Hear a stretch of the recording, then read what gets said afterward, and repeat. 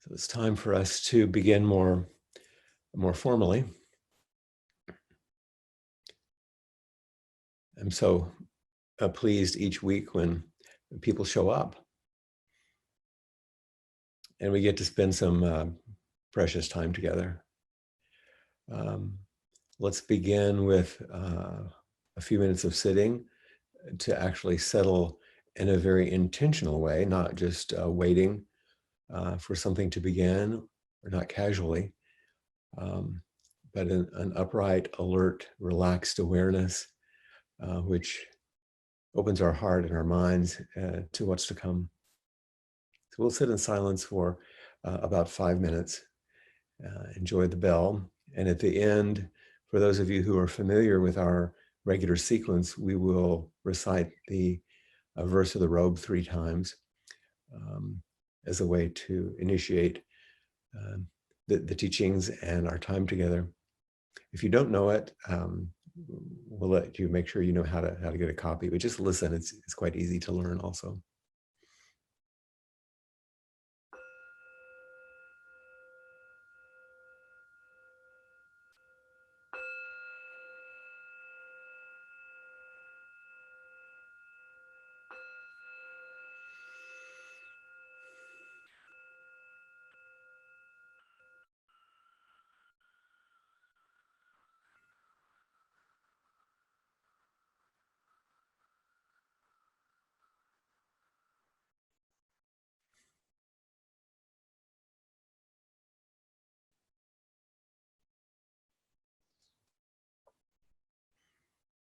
Just simply sitting.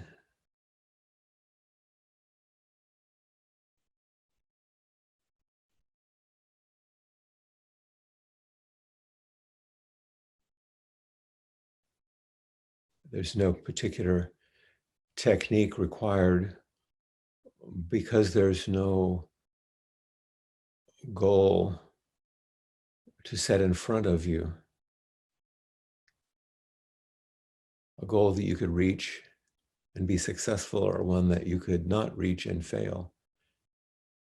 This is outside of success and failure. It's simply sitting and returning home.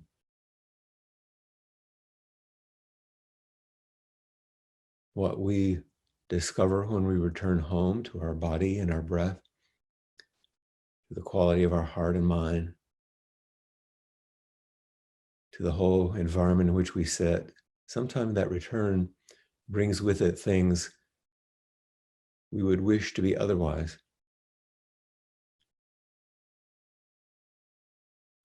But our sitting isn't an attempt to change all of that, but to become intimate with every bit of it, to not lean in or be submerged or drowned, but not pull back and dissociate or run away, but to simply touch and meet with some kindness and some tenderness so we might know when we step back into life how to respond in a way that's caring and appropriate. So all that from just sitting with energy and with effort, but as Zen Master Dogen said, effort without desire.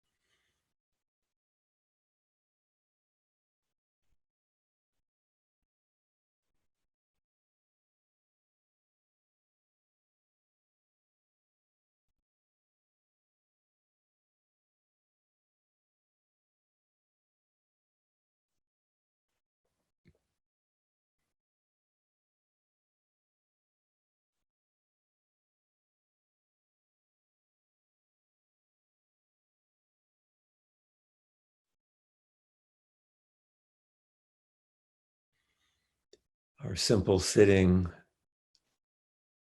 has an immense and unexpected power in it. Nothing magical or mystical, really, but very practical.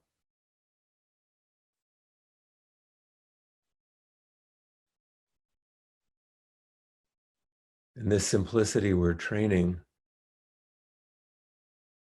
and have been training for this time of distance and containment, of being steady and quiet, sometimes isolated or solitary. But without having practiced these things on a regular basis, we see the pain and difficulty and reactivity all around us. How difficult it is to be still and silent and contained in the face of everything. And those of you who have sat even a brief retreat, let alone longer ones, know that the restlessness and tumultuousness and difficulties and pleasures that come from being so contained for so long, like we've all been lately, is sometimes not an easy ride. And we see the difficulty and the pain of those who don't have this kind of experience, and that's not a judgment or a feeling of superiority. It's a tender, compassionate view of just how hard it is for most folks and why it's important, and a kind of an inner deep power to have a willingness and ability to be still and silent, but not passive and retreating, to be upright and energized, attentive, awake, willing, and ready to live your life, even when it can't go like you want it.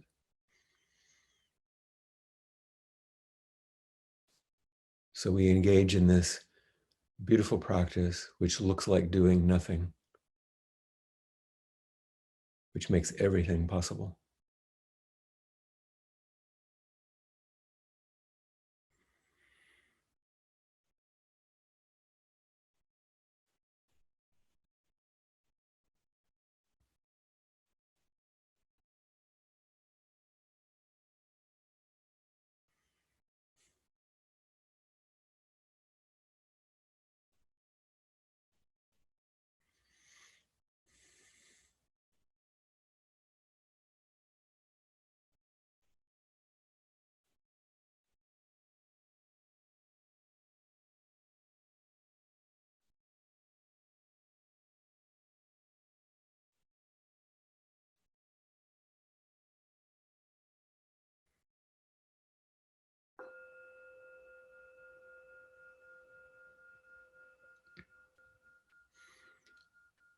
And if you listen to the words as I chant them and chant along with me, if you know them, we'll go 3 times, so you'll really let it settle in, the verse of the robe, and attend to the way the words reflect, in some ways, exactly what I've been speaking about.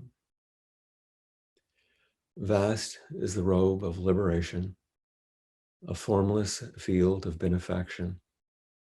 Wearing the universal teaching, I realize the one true nature, thus harmonizing all being. Vast is the robe of liberation, a formless field of benefaction.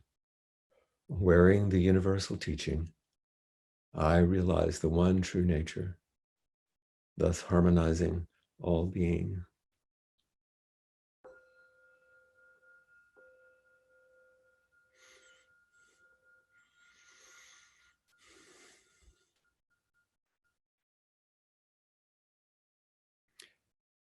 As we step off of our cushion or off of the chair into the world from our time of meditation or sitting, we meet each other, just like we will in a bit after I speak, and you'll have a chance to raise your hand. And if you're not familiar with that process, you can see the little hands at the bottom, which you can do to step in line. It's always such a strange thing for me to think of people.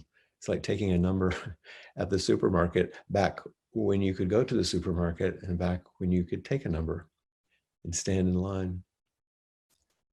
But I love seeing people raise their hand and come online. There's a name for this kind of meeting, a special kind of meeting, not just an inquiry, or in the old Indian terminology, satsang. But there is an ancient word from the Buddhist time called kalyana mita, which some of you may know. It's the term that was used for spiritual friendship, not just the everyday casual friendships, which are necessary and ordinary. And that kind of joyful everyday friendship is part of spiritual friendship. But there's something else. And I wanted to speak about that today in the midst of what we're all engaged in as nerves are frayed and people are afraid when there's so much uncertainty and unpredictability about the future. It appears that so many people are being immensely friendly and caring and kind and generous to each other. And there are those who, out of their own suffering and difficulty, are being not quite so friendly and difficult and challenging. And there are so many reasons for that. That's not ours to delve into at the moment. But know that spiritual friendship, the friendship that offers ourselves to another in our deepest sense and calls forward the deepest part of our friend, is the container in which these difficult times can move more gently. There's another term which is not often talked about, and I want to thank Peg for emphasizing it in her reflection this week. You may have seen it, and she was inspired by another Dharma teacher in his talks about this, and the word is anukampa. It's a word that in the Buddhist teachings has traditionally in English been translated as compassion, but it isn't really compassion in the same way that the word karuna, which so many people know from the Buddhist terminology as compassion. Compassion is a special kind of caring in the situation of suffering of another. But anukampa is broader, it's deeper, it's more essential, a kind of orientation to the world and to oneself and to each other of care. It seems to be an echo of our word appamada, which also has a flavor of care, and hopefully we will get some clarification about those terms, since neither I nor Peg are really scholars of these ancient languages, but we'll see what we can find about that. So I wanted to talk about this kind of spiritual friendship, this kind of care, anukampa, that is so essential right now. No matter what I could imagine to speak about today, this seems to be so crucial, especially as we begin what we call right now opening up a little bit in certain places, and turn back toward each other a little bit more, and how the lifelines that have been made and begin to be restored among people who love each other deeply, who care about each other profoundly, are so important. And I would like to reflect on it in a way that, well, in some ways that are not explicitly Buddhist at all, and may use some words that might have leftover components for some people from their religious background, the words like soul or spirit. which don't have exactly an analog in Buddhism, but I'm going to tie them together, I think. But all together is quite warm. Just a curious note, my maternal side of the family, my great-great-great-great-grandfather was a stowaway on a ship from Ireland during the potato famine, another time of not exactly pandemic, but of a terrible, terrible time. And he landed in the Carolinas and moved through the South down into Louisiana and ultimately to Texas. Changed the spelling of his name, hopefully so they couldn't find him, but kept his name, Callahan, last name Callahan. And that was my grandmother's maiden name. So there's these Irish roots that come through. Today, actually, just a personal side note, if you'll indulge me, is Erin's birthday. My partner, E-R-I-N, Ireland. And although most of his relatives were from Wales, just across the Irish Sea, they still resonate with a kind of Celtic background. And I feel blessed. Not many people with whom you were able to celebrate their 21st birthday and then also their 60th. It's a great blessing for us. So in terms of this Irish Celtic background, I want to mine a little bit of the wisdom of the late John O'Donohue, and also an American mystic, in this case, Thoreau. This is a few words from John O'Donohue from his seminal work, Anam Cara, which speaks to this deep kind of friendship. These are his words. If you realize how vital to your whole spirit and being and character and mind and health, you realize how vital friendship actually is, you'll take time for it. But for so many of us, we have to be in trouble before we remember what's essential.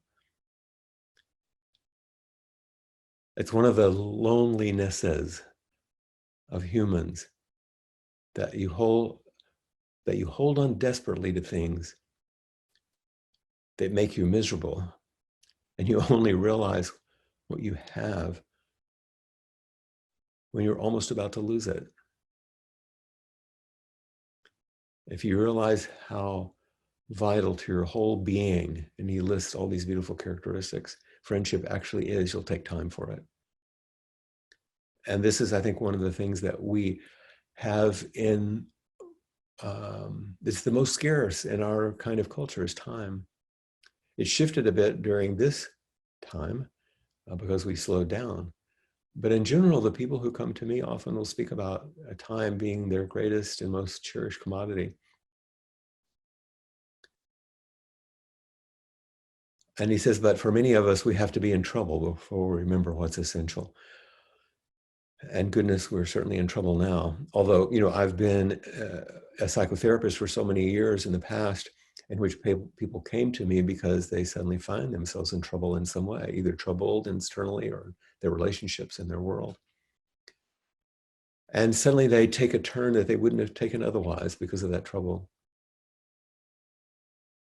And one of the ways, he says, one of the lonelinesses of human beings, he talks about it, one of the ways that we keep ourselves separate is that we hold on to things that are difficult for us.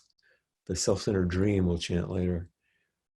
Desperately, and we end up miserable until we realize really what we have, until we're almost about to lose it. And isn't this so much of what we've experienced lately? We've lost so much, so many. So much what we called freedom,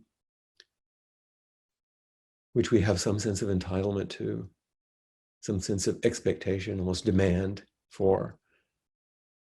And we realize it was a gift. And now we have to deal with this, something different. And doing that with others is what's crucial. And you may have beautiful friends, people that you love, that you can't touch or be with. There are many stories of that. I don't have to tell you those.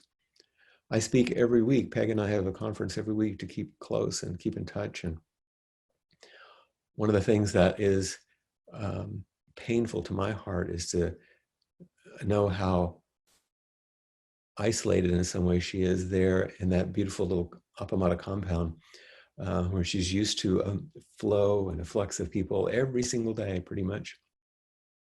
And what may seem like a burden and an extraordinary kind of life that she's immersed herself in actually is also full of goodness and care. And those morning walks are really salvic in some ways. And we each have our challenges in this way. In his essays and lectures, Henry David Thoreau, in a particular essay, which he titled The Two Pillars of Friendship, said there are two primary pillars: truth and tenderness. These are his words, and I will ask his forgiveness when I'm reading it, because all of his pronouns were masculine. And I want to open it up a little bit because it's too odd to read only he's everywhere. But in his writing, he said there are two elements that go to the composition of friendship, each so sovereign that I can detect no superiority in either, no reason why either should be first named. One is truth. A friend is a person with whom I may be sincere. And he goes on to talk much more about these qualities and what it's like when other people show up and we begin to put on the face of adaptation and begin to hide in some ways. So truth, telling the truth, being honest, being a person of integrity, I guess, in that way, is so crucial to being a friend. And we all know this, what it's like to someone that you can actually tell the truth to and be your truth and receive the truth from someone else. Later in the essay, he names the second. The other element of friendship is tenderness. We are holden to another by every sort of tie, by blood, by pride, by fear, by hope, by lucre, by lust, by hate, by admiration, by every circumstance and badge and trifle. But we can scarce believe that so much character can subsist in another as to draw us by love.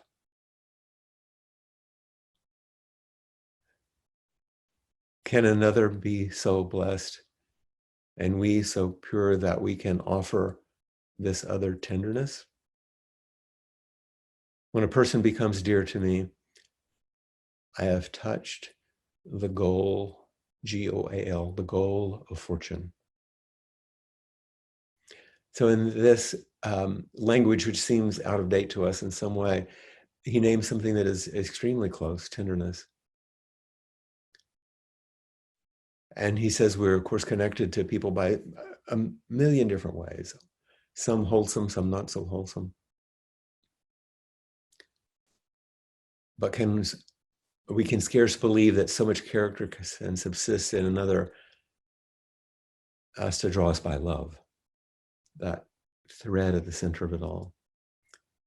Can another be so blessed and we so clear and present that we can offer tenderness? And I really, really appreciate that word tenderness, like care and anukampa, not some vaulted idea of love or any sentimentality or romanticism or noble kind of spiritual character, but simple tenderness. When a person becomes dear to me, I've touched the goal of fortune. Whatever fortune you might, the ultimate goal is this kind of care, this kind of love, this kind of tenderness. And as I read this, the two pillars of friendship, truth and tenderness, I couldn't help but think of these two pillars in Buddhism of wisdom and compassion.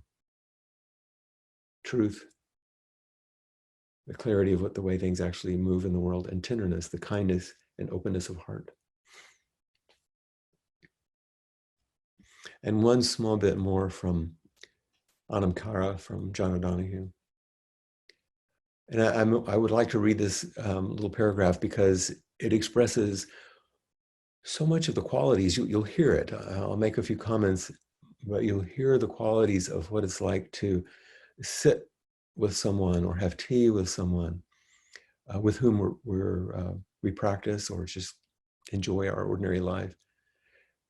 You'll hear the echoes of what our beautiful head students and our sanghas offer us in their anukampa, their spiritual friendship. You'll hear what it's like for those of us who have been students and those of us who take the role of a teacher, independent of the role, the dance of tenderness and truth that Thoreau was talking about, and all the different aspects of community that move in a sangha. Here's John O'Donohue again. Anam Cara, he's speaking of, it originally referred to someone to whom you confessed, revealing the hidden intimacies of your life. With the Anam Cara, you could share your innermost self, your mind and your heart. This friendship was an act of recognition and belonging. When you had an Anam Cara, your friendship cut across all conventions, morality, and category. You were joined in an ancient and eternal way. The Celtic understanding did not set limitations of space or time on the soul. There's no cage for the soul. The soul is divine light that flows into you and into your other. This art of belonging awakened and fostered a deep and special companionship. The first part of this piece, when I read it, made me think of our inquiry time.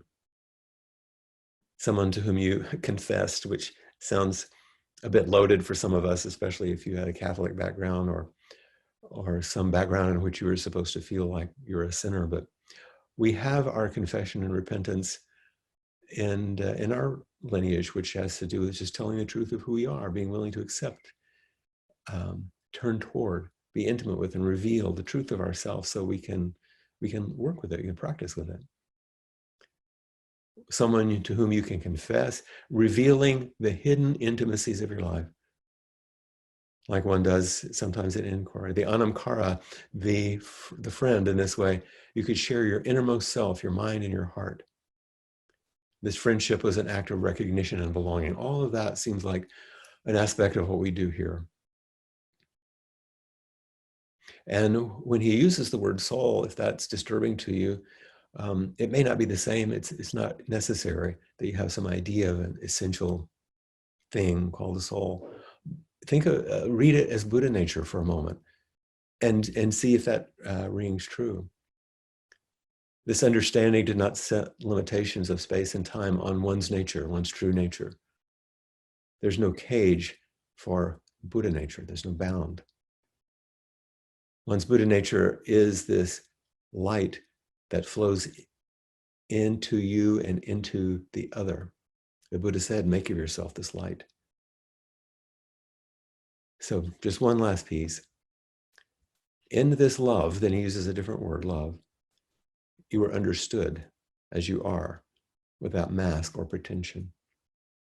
The superficial and functional lies and half-truths of social acquaintances fall away.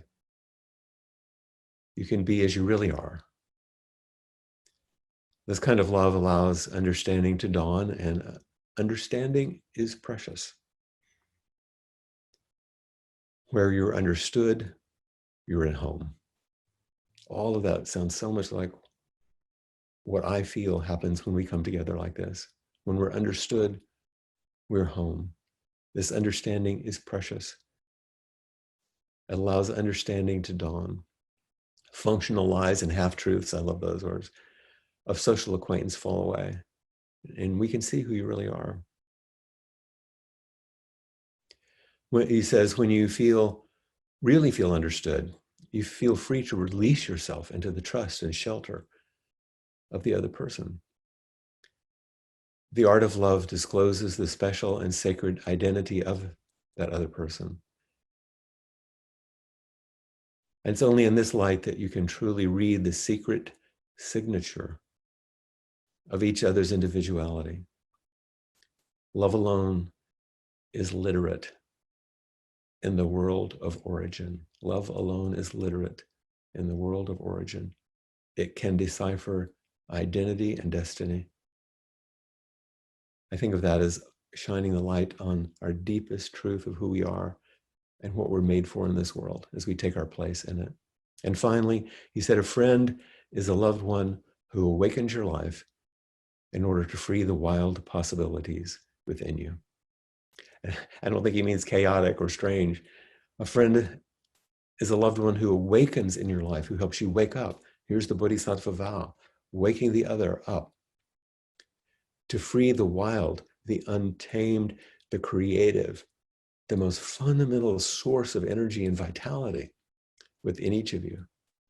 And then he finishes with the honesty and clarity of true friendship,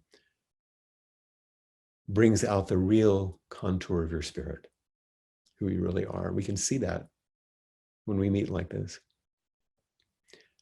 And anukampa, that word used over and over and over by the Buddha, much more than the word karuna, which is translated as compassion. But anukampa, care, is something we cultivate.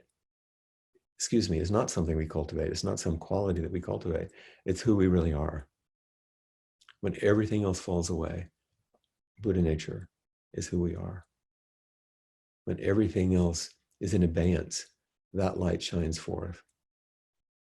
When every part in us, let's say in IFS terms, unblends, softens, burdens are lifted, polarities are softened, what comes forth is true self. There are many ways to think about it or say it. So these are things that are not unusual to you. They're things that you know in some ways. But it was most powerfully on my mind right now and on my heart as we've been moving through this time, as things began to open and change, and we're faced with these difficult decisions about how to be with each other. But to remember the essential nature of our practice, which isn't some esoteric thing to change our consciousness, but is a very grounded and embodied and cellular way of connecting so that life has meaning. And so life has possibility, and it has depth and texture and contour and color and vibrance. So in that spirit, please raise your hands so that we can spend some time connecting in this very way that we've been talking about.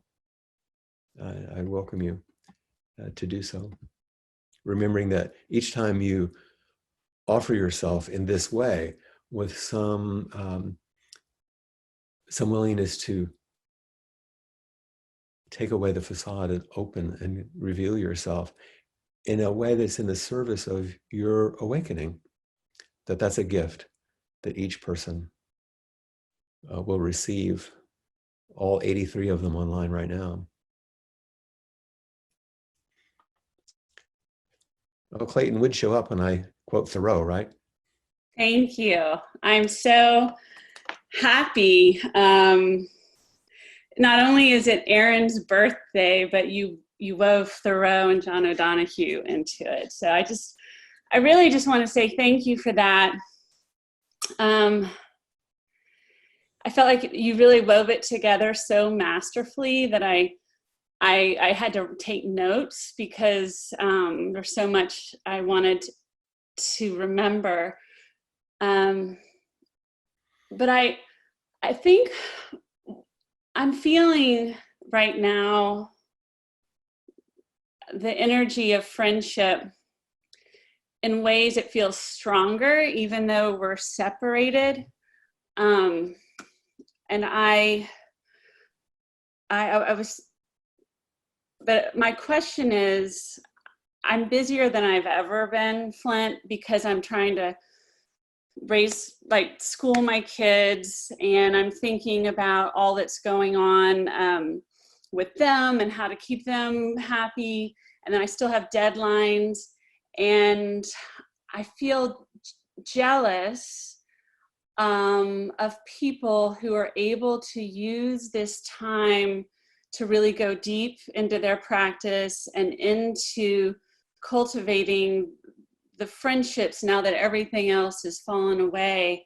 And I don't have time to drop as deeply into this. It's more of I feel frenetic, and like I'm just trying to keep my kids happy a lot. And I feel a little anxious and jealous about some of my friends who aren't having to work at all, or people who don't have kids at home.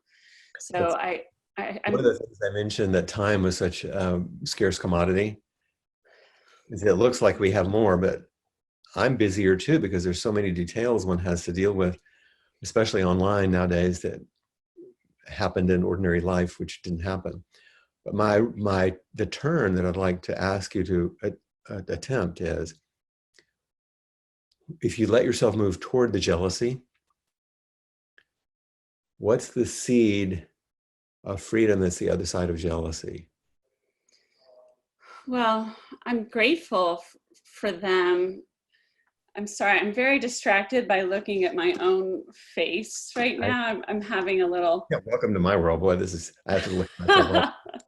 Well, I want to prompt you, because I don't want to make it a guessing game, but I wanted to ask the question. If you're jealous, there's something that you see that you want. And it can turn into a contracted sense of scarcity or resentment, and it can go down a road that is not quite so wholesome. It's ugly. Right, but the thing but it's what it's calling forward is something that you actually long for. And then you take that further down the other road, there's an aspiration. And what's the aspiration that's the other side of the jealousy? Well, connection. Like I want to be I want to be able to drop into this and be connected with my friends as we go through through this together. And you know that because of your situation, you're not always able to do that. Oh, yes. But even if you hold the aspiration, you feel the love that starts to flow, the care. You might feel the grief about its loss, but that's another aspect of love.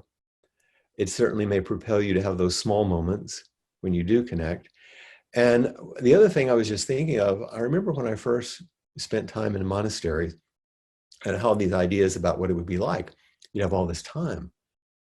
You'd be free, you're not at work, you can meditate, you can be with your friends, you can be quiet. And it was the busiest work-driven place I've ever been in my life. In a way, what we're experiencing is what it's like to be in a monastery. You're contained, and there's so much to take care of constantly that someone asked Suzuki Roshi one time, he said, "What do you do with your time off?" And he said, "Time off?" And so I'm not trying to say, oh, you should feel happy about your over busyness. That's not the point. But to practice means take the feeling of discomfort, take the upset and the difficulty, and find the thread that can at least turn you in a wholesome direction while you have to work your butt off to keep it going. And hopefully that will open for you a little bit. Thank you. And I do feel, I know that it's kind of ugly to waste time being envious of others. I think it's only ugly if you actually believe it and base your life on it. And we see people who do that. Yes. And you know what? It's ugly. Do that.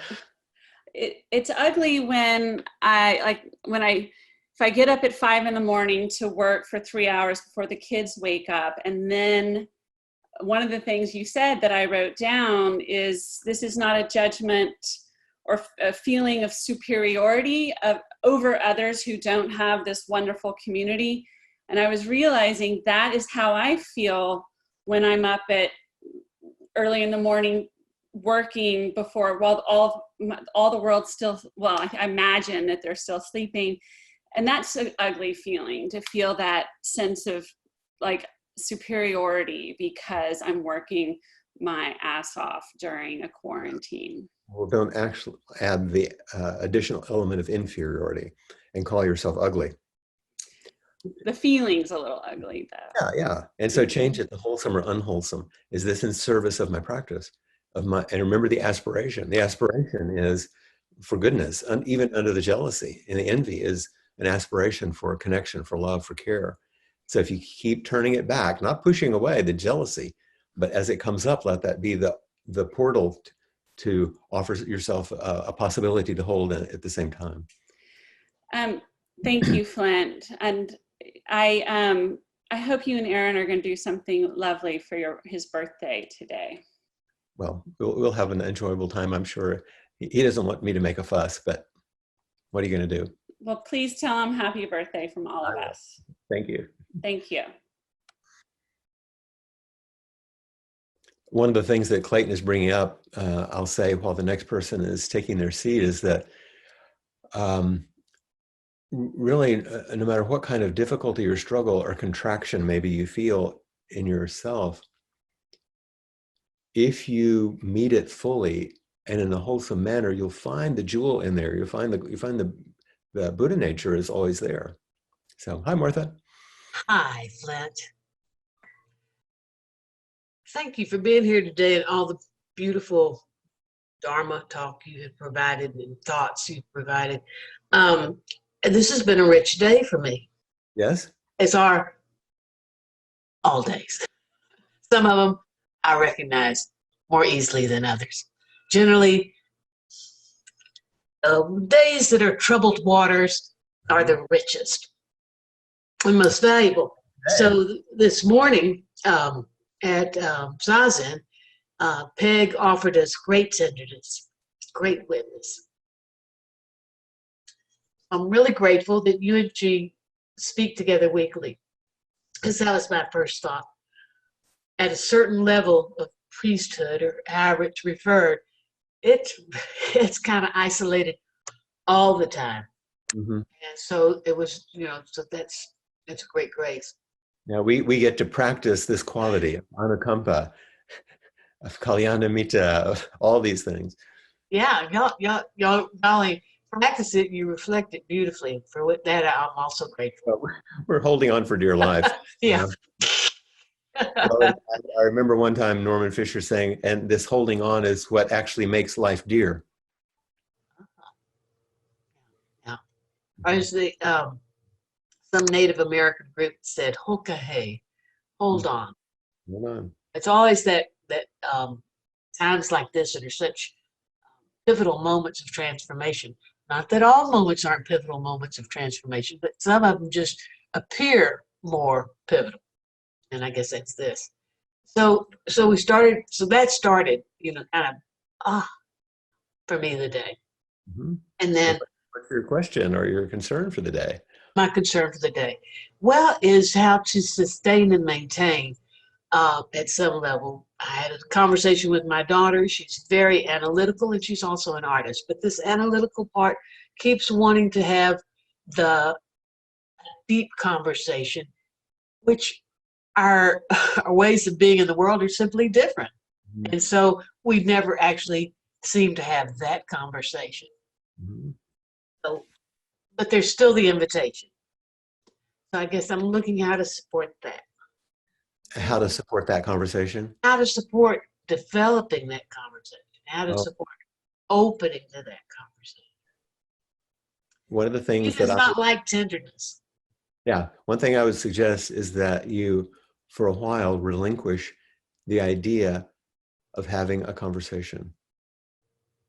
It actually may not come through conversation. You've tried a lot of conversations. And so far, you have good evidence that that's not the road. Amen. A lot of evidence. Yeah. So you might have to be more creative and instead of putting the energy into inviting, making happen, finding a way for the conversation, open space, and just be curious about her. It's the line, which I know you've heard before, but my primary mentor for most of my adult life, John Gladfelter, I asked him once late in his life before he died, was there some philosophy that he had that was underneath all of his work? He was a psychotherapist. That's how he trained me. And he said, yeah. And it's like, really, what is it? He said, expect nothing, appreciate everything. Thank you. So it's, Yeah. I think it's probably the hardest thing in the world for a parent to expect nothing. Well, it's hard when your child expects something That's and right. you're not able to deliver. That's right. And so you can be humble and you can say, forgive me for being limited and Yeah. continue to be interested in her. Oh, And absolutely. let her come forward like she wants to come forward without any demand that it be a certain way. And it may not be always in conversation. It may be some action you share or at some point a way that you just are together. Some people don't come together this way. Right. A parallel play works pretty good, Well, not, she is in Austria. She will not be returning to the United States. yeah. So it's sort of moving through the platforms that are. You have a really great koan, don't you, about how to make this one work.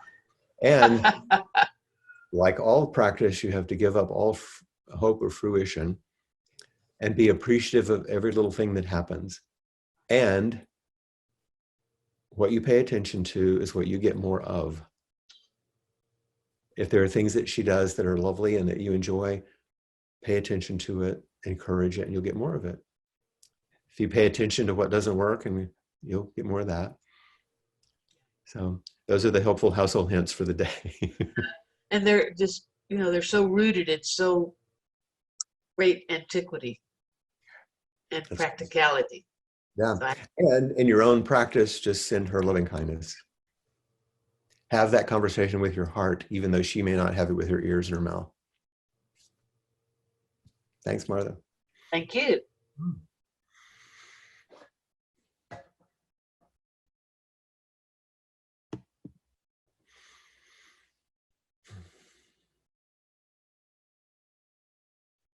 It's always surprising how many things are available.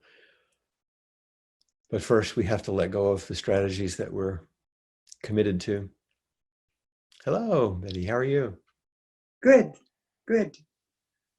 So I just want to thank you all so much that you're doing this on an ongoing basis, because that whole aspect of the spiritual friendship is part of why when I started going through the stuff around the COVID-19 stuff and so on, I upped my connections that I was able to get. Before that, I was mainly listening to your recordings of old stuff, right?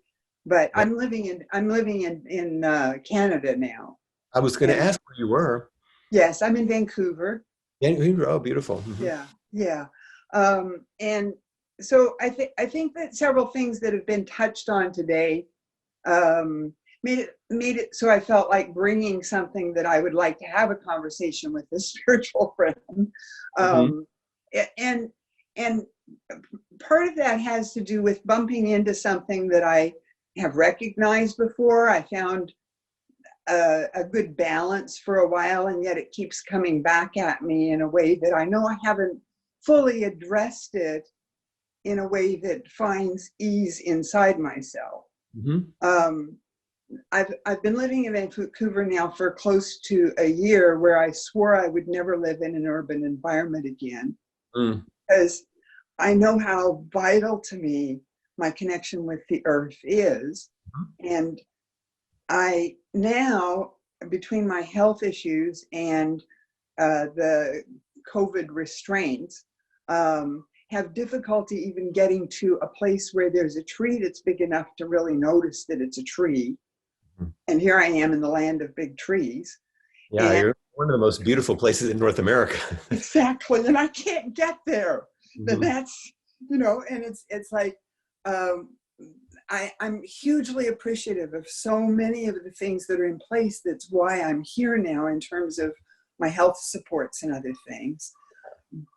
But I just have a longing that just keeps getting deep. I planted a bunch of seeds and so on in containers, and that took care of me for about 3 weeks, where I was able to set aside the other part and experience the part that I love about growing things or growing with things, Yeah. and so on. And yet it's come back at me and so on. And so I find myself trying to, make all of these possible plans that I could make of a way to get to the ocean or get to the forest. Yeah, and those things might be possible, but the thing I hear most, you're telling me the particularities of your situation and the story, but at the heart of it, really what you're just expressing, and I can see it and hear it, is grief. Certainly. As you're just feeling grief. And there may not be a ready solution to that grief. You may not be able to go right away. Maybe you can, maybe there are ways to arrange it, but there's no way to sort of like make it okay. Like you can't get to those giant trees. You can't get to the ocean. You can't get to those verdant, lush green forests with moss everywhere. You can't see the eagles right now. Maybe at your window you might be able to, but I saw one recently. that's good. So even though you can't literally physically solve it at the moment, there are two things you have at your disposal. One is the tenderness of your grief, because that's an expression of your love for the earth. And then that points to the second, which is your imagination. And I don't mean just making stuff up. The actual imaginative quality of your mind. You can go anywhere. And when you do, you can feel the joy and the beauty and the love, because in your imagination, it's perfect. You don't even have to deal with mosquitoes or anything. We don't But have what to. will, right, but you'll have a companion on the trail, which will be the grief. But if you can let the imagination and the joy and the grief walk together, it will be different than just feeling the deadening and the desiccation of it all in your heart.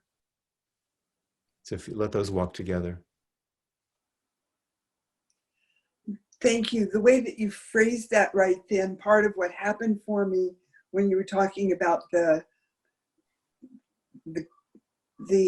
quality of my heart in experiencing that, or which way it could go one way or the other, in some ways though reminded me of one of the things that I do love about the forest here especially, which is that in a rainforest-like situation, you can't miss the life and death. It is so, That's right. so absolutely there. Mm-hmm. And so the trees, of course, that were either, partially milled or and so on, the dead trees become the very, very nurse of Right. the life that's to come. That's And right. so I felt that right in my heart when you said that. So I just would really like to thank you for that. Absolutely. Thank you. And it's wonderful to see you, Becky. I'm glad that you stepped forward so we can see you and send our love to you.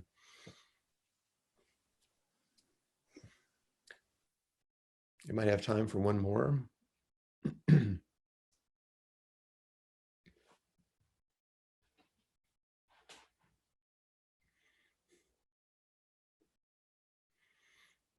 Hi. Hi, Liz. You touched on a few wonderful things that I wanted to just reflect on with you for a minute. Mm-hmm. One is something that Clayton mentioned, which is the busyness piece. I feel some of that busyness as well. And part of that, I brought that kind of into, it was brought to my awareness when I took the writing workshop with Judy and Robin. Mm-hmm. And I was able to see that busyness was really just a cover up for avoiding something that was super tender right underneath. Yeah, that's I'm really good at that one. Me too. So it's been interesting for me to just kind of check in, like, is this really necessary for me to stack on right now? Mm-hmm. Or am I just avoiding something? Yeah, so much busyness of mind, so much busyness of heart. It's all a line from a poem. Yeah. And I loved in the, really in the crucible of that tender, compassionate holding that Robin and Judy were able to offer, it was like right there, and so wonderful to just let it be expressed. They became the kind of friends that called that forward, like I was speaking about. Absolutely. Yeah. And I was just very, very grateful for that. Yeah. And then the other thing I wanted to mention is, we lost Katso Cabelli this week. Do you know about Cabelli, the Cabelli family, and Moya and Katso, who used to be, he went by James at one point and went by Let's CA at one point. He died, he drowned. There was a drowning accident. And it's really touched me to see reflections that people have posted on Facebook about him and the friendship that they had with him.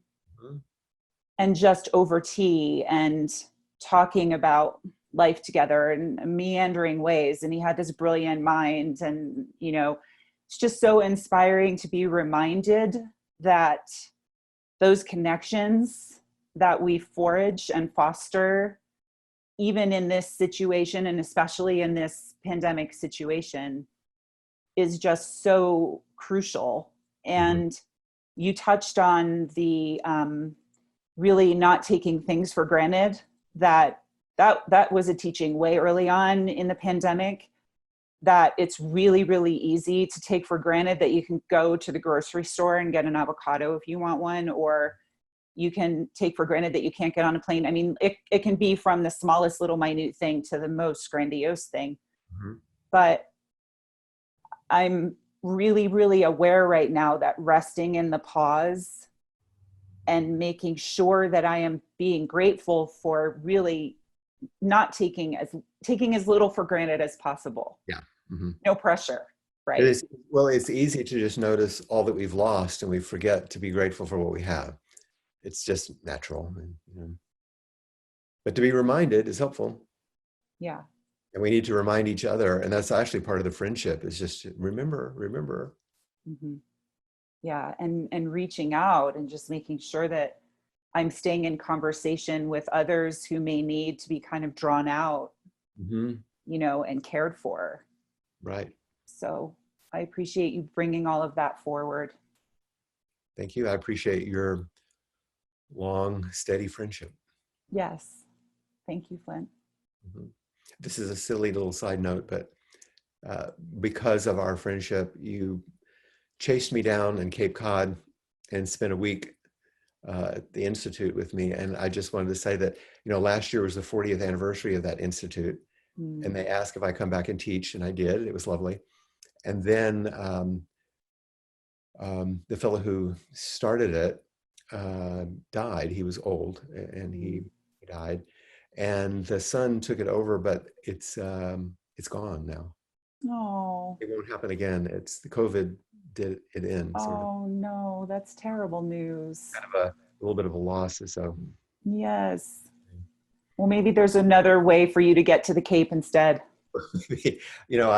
I'm not doing so badly on my little island here, but right. Yeah.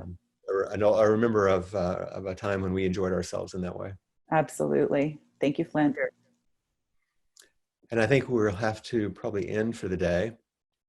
Hopefully there are other people who will come forward. And please join us again next week if you'd like. We'll do our chant, and Jessica will have a few more things.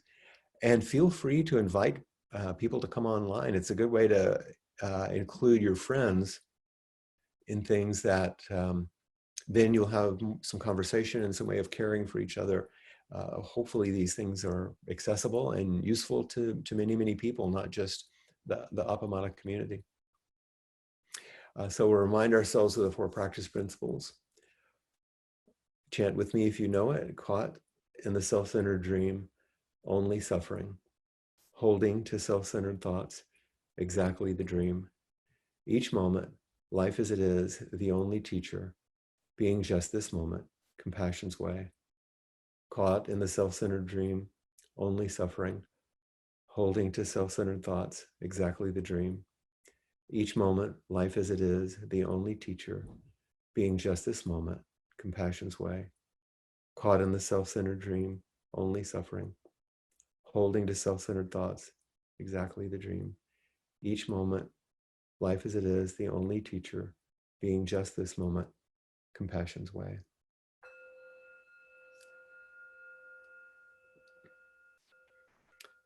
Your practice assignment for the week is to remember the dearest of your friends, alive or not living, and hold them in your heart and in your practice. Express it to people who are alive or those who aren't, but express it, let it be alive. And Jessica, you want to come in? Thank you so much, Flint, and thank you everyone for sharing your time today.